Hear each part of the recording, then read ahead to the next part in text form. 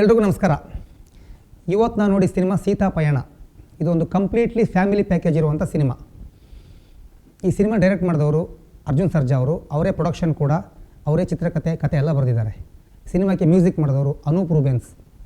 ತಾರಾಗಣದಲ್ಲಿ ನಿರಂಜನ್ ಅವರು, ಉಪೇಂದ್ರ ಅವರ ಅಣ್ಣನ ಮಗ, ಐಶ್ವರ್ಯ ಅವರು ನಮ್ಮ ಅರ್ಜುನ್ ಸರ್ಜಾ ಅವರ ಮಗಳು, ಪ್ರಕಾಶ್ ರೈ ಅವರು ಹಾಗೂ ಸತ್ಯರಾಜ್ ಅವರು. ತುಂಬ ತಾರಾಗಣ ಇಲ್ಲ. ಲೈಫಲ್ಲಿ ಮದುವೆನೇ ಬೇಡ ಅಂತ ನಿರ್ಧಾರ ಮಾಡುವಂಥ ಒಂದು ನಾಯಕಿ ಒಂದು ವರ್ಕ್ಶಾಪ್ಗೋಸ್ಕರ ಬೆಳಗಾವಿಗೆ ಜರ್ನಿ ಮಾಡ್ತಾಳೆ. ಅಲ್ಲಿ ಸಿಗುವಂಥ ನಾಯಕ, ಆ ನಾಯಕನಿಂದ ನಾಯಕಿಗೆ ಜೀವನದ ಬೆಲೆ, ಅಂದರೆ ಒಂದು ಫ್ಯಾಮಿಲಿಯ ಬೆಲೆ, ಒಂದು ಮದುವೆಯ ಮಹತ್ವ, ಇದೆಲ್ಲ ಗೊತ್ತಾಗುತ್ತೆ. ಅಲ್ಲಿ ಹೋಗುವಂಥ ಕೆಲವು, ಆ ದಾರಿಲಿ ಆಗುವಂಥ ಕೆಲವು ಘಟನೆಗಳು ನಾಯಕಿಗೆ ಒಂದು ಲೈಫಲ್ಲಿ ಒಂದು ಎಲ್ಲವೂ ತಿಳುವಳಿಕೆ ಬರ್ತಾ ಇರುತ್ತೆ. ಮದುವೆ ಅಂದರೆ ಏನು, ಜೀವನ ಅಂದರೆ ಎಲ್ಲ ಗೊತ್ತಾಗ್ತಿರುತ್ತೆ. ನಾಯಕನ ಮನೆಗೆ ಹೋದ್ಮೇಲಂತೂ ಅದು ಕಂಪ್ಲೀಟಾಗಿ ಗೊತ್ತಾಗ್ಬಿಡುತ್ತೆ ಅಂತ ಹೇಳ್ಬೋದು. ಇದೇ ಸೀತಾಪಯಣ ಸಿನಿಮಾ. ಅರ್ಜುನ್ ಸರ್ಜಾ ಅವರು, ಧ್ರುವ ಸರ್ಜಾ ಅವರು ಒಂದು ಕ್ಯಾಮಿಯೋ ರೋಲ್ ಅಂತ ಹೇಳ್ಬೋದು. ಒಂದು ಕಥೆನ ಪುಷ್ ಮಾಡಲಿಕ್ಕೋಸ್ಕರ ಒಂದೆರಡು ಪಾತ್ರ ಚೆನ್ನಾಗಿ ಮಾಡಿದ್ದಾರೆ. ಅಲ್ಲಲ್ಲಿ ಬಂದು ಒಂದು ವಾವೆನಿಸೋ ಥರ ಬಂದು ಹೋಗಿದ್ದಾರೆ. ಹಾಡುಗಳು ಚೆನ್ನಾಗಿ ಬಂದಿದೆ.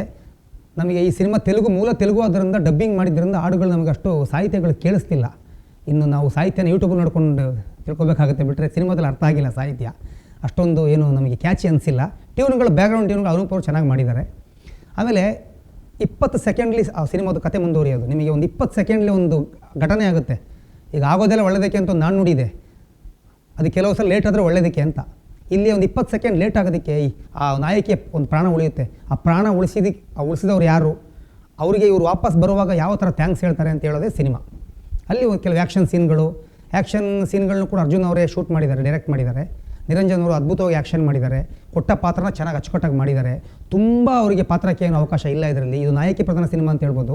ಅರ್ಜುನ್ ಸರ್ಜಾ ಅವರು ಅವರ ಮಗಳನ್ನ ಸ್ವಲ್ಪ ಯಾವುದೋ ಚಿತ್ರರಂಗದಲ್ಲಿ ಕಂಪ್ಲೀಟಾಗಿ ಬೇರೂರಿಸಬೇಕು ಅಂತ ಸಿನಿಮಾ ಮಾಡಿದಾಗಿದೆ. ಆಕೆ ಚೆನ್ನಾಗಿ ಮಾಡಿದಾಳು ಕೂಡ.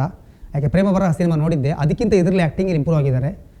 ಆಮೇಲೆ ಪ್ರಕಾಶ್ ರೈ, ಸತ್ಯರಾಜ್ ಅವರು ಏನು ಹೇಳಬೇಕಾಗಿಲ್ಲ, ಅವರು ಅದ್ಭುತ ನಟರು, ಚೆನ್ನಾಗೇ ಮಾಡಿದ್ದಾರೆ. ಇನ್ನು ಉಳಿದಂತೆ ಸಿನಿಮಾ ಒಂದು ಡೀಸೆಂಟ್ ಫ್ಯಾಮಿಲಿ ಸಿನಿಮಾ. ಇದು ಹಾರರ್ ಸಿನಿಮಾ, ಕಾಮಿಡಿ ಸಿನಿಮಾ, ಆಮೇಲೆ ಸೈಕೋಪ್ಯಾಥ್ ಕಿಲ್ಲರ್ ಸಿನಿಮಾ ಅಂತ ನೋಡ್ತಾ ಇರ್ತೀವಿ ನಾವು ವಿಮರ್ಶೆ ಮಾಡಿ ಅದ್ರ ಬಗ್ಗೆ ಮಾಡಿದ್ದೀನಿ. ಅದೆಲ್ಲ ಬಿಟ್ಟು ಒಂದು ಫ್ಯಾಮಿಲಿ ಸಬ್ಜೆಕ್ಟ್ ಅಂತ ನೋಡಿದಾಗ, ಡಿಸೆಂಟಾಗಿ ನೋಡಿದಾಗ ಖುಷಿಯಾಗುತ್ತೆ ಸಿನಿಮಾ. ಅಬ್ಬರ ಸನ್ನಿವೇಶಗಳಿಲ್ಲ, ಒಂದು ಅಬ್ಬರ ಮ್ಯೂಸಿಕ್ ಇಲ್ಲ, ಡಿಸೆಂಟಾಗಿದೆ ಸಿನಿಮಾ. ಒಂದು ತಿಳಿ ನೀರಿನಾಗ ಚೆನ್ನಾಗಿದೆ ಸಿನಿಮಾ. One time ವಾಚೇಬಲ್. ನೋಡಿ ಒಮ್ಮೆ, ನಿಮ್ಗೆ ಇಷ್ಟ ಆಗುತ್ತೆ. ಕೆಳಗಡೆ ಕಮೆಂಟ್ ಮಾಡಿ. Thank you.